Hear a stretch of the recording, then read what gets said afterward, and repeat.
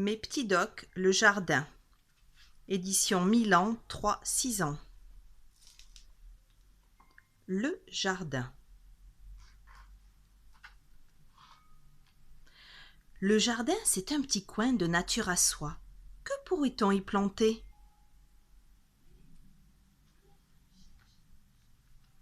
Direction la jardinerie.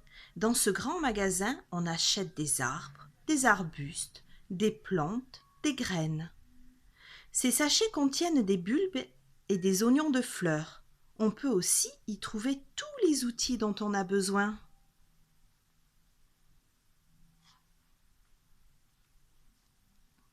Au travail, le jardinier suit le rythme des saisons. En automne, il ratisse les feuilles mortes, met des bulbes en terre. Ils dormiront dans le sol jusqu'au printemps. Brrr, en hiver, il faut protéger du froid les plantes fragiles et tailler certains arbres.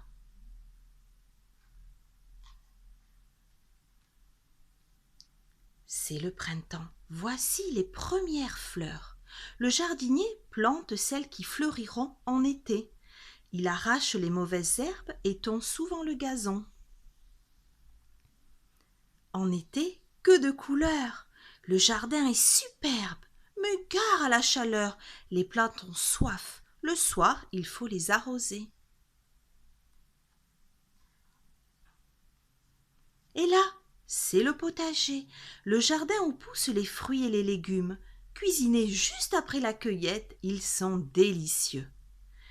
Sais-tu que la belle tomate juteuse est un fruit? Que l'artichaut est le bouton d'une grosse fleur? La tomate, l'artichaut.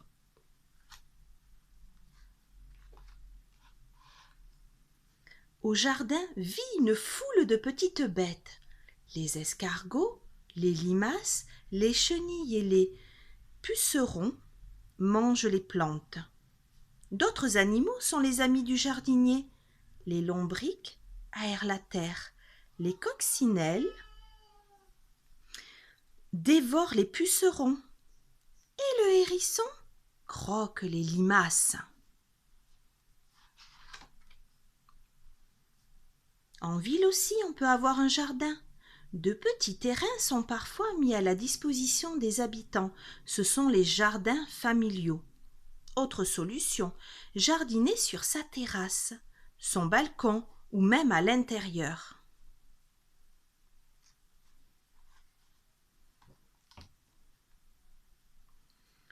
Se promener, lire sur un banc, faire la sieste sur l'herbe, jouer, pour oublier l'agitation et le bruit. Vive les jardins publics! Dans ce grand parc, plein d'activités sont proposées aux enfants.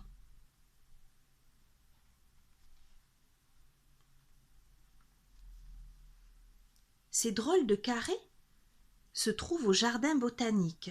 Ils présentent au public de grandes collections de végétaux, des plus communs aux plus rares. Les serres chaudes et humides accueillent les plantes exotiques.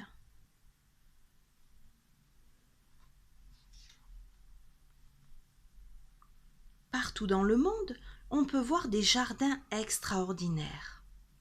Le jardin à la française dessine des motifs compliqués.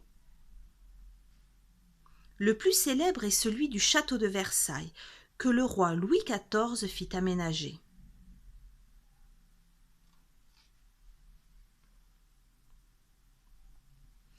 Les jardins japonais ressemblent à des tableaux. Ils mêlent des arbres colorés, des lanternes, des pièces d'eau où nagent de jolies carpe-koi. Autour du temple s'étend un petit jardin composé de graviers, de rochers et de mousse. Les vagues tracées avec un râteau symbolisent l'eau.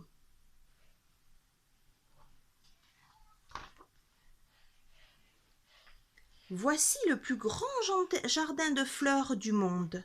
Chaque année, à Keukenhof, aux Pays-Bas, sont plantés plus de 7 millions de bulbes. Le jardin n'est ouvert qu'au printemps, quand ils éclosent.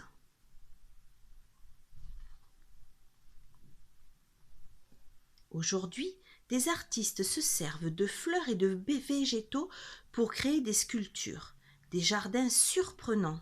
Et si tu t'amusais à faire la même chose?